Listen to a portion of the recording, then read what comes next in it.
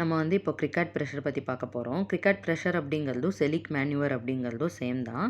இந்த cricket pressure நம்ம எப்போ அப்ளை பண்ணுவோம்னா டியூரிங் எமர்ஜென்சி இன்டுபேஷன்.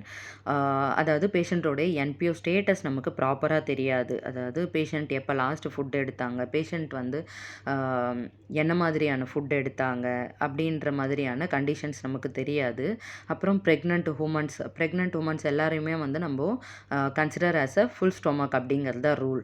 அதனால் அவங்க எல்லாருக்குமே நம்ம இன்டுபேட் பண்ணும்போது இந்த மாதிரி எமர்ஜென்சி பேஷண்ட் எல்லாம் வராங்க, ஆக்சிடெண்ட் ஆகி வராங்க அப்படின்ற மாதிரியான கண்டிஷன்லலாம் வரும்போது நமக்கு ஒன்றுமே தெரியாது அவங்க எப்போ சாப்பிட்டாங்க அப்படின்ற டீட்டெயிலாம். ஸோ அந்த டைமில் வந்து நம்ம என்ன பண்ணுவோம், ரேபிட் சீக்வன்ஸ் இண்டக்ஷன் போவோம். ரேபிட் சீக்வன்ஸ் இண்டக்ஷனில் முக்கியமான பார்ட்டு தான் வந்து இந்த கிரிக்காய்ட் கார்ட்லேஜில் ப்ரெஷர் கொடுத்து ஈசோஃபேகஸை பிளாக் பண்ணி இன்டுபேட் பண்ணுறது. ஓகேவா? ஓகே.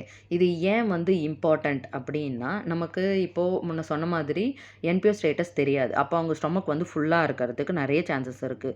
ஸோ நம்ம பேஷண்ட்டை ஒன்ஸ் அனஸ்தரைஸ் பண்ண உடனே, பேஷண்ட் அன்கான்ஷியஸ் போன உடனே, மசில்ஸ் எல்லாம் ரிலாக்ஸ் ஆன உடனே உள்ளே இருக்க கண்டென்ட்ஸ், ஸ்டொமக்குள்ளே இருக்க கண்டென்ட்ஸ் எல்லாமே, அந்த ஃபுட் எல்லாமே என்ன ஆகும்னா வாய் வழியாக வாய்க்கு வரத்துக்கும் சான்ஸ் இருக்குது, ட்ரக்கியாவுக்கு போகிறதுக்கும் லங்ஸுக்கு உள்ள போகிறதுக்கும், அதாவது ஆஸ்பிரேஷன் ஆகிறதுக்கும் நிறைய சான்சஸ் இருக்குது. இதெல்லாம் ப்ரிவென்ட் பண்ணுறதுக்காக தான் நம்ம வந்து இந்த கிரிக்காய்ட் கார்ட்லேஜ் மேலே ப்ரெஷர் கொடுத்து ஈசோஃபேகஸ் அதுக்கு பின்னாடி இருக்கும்.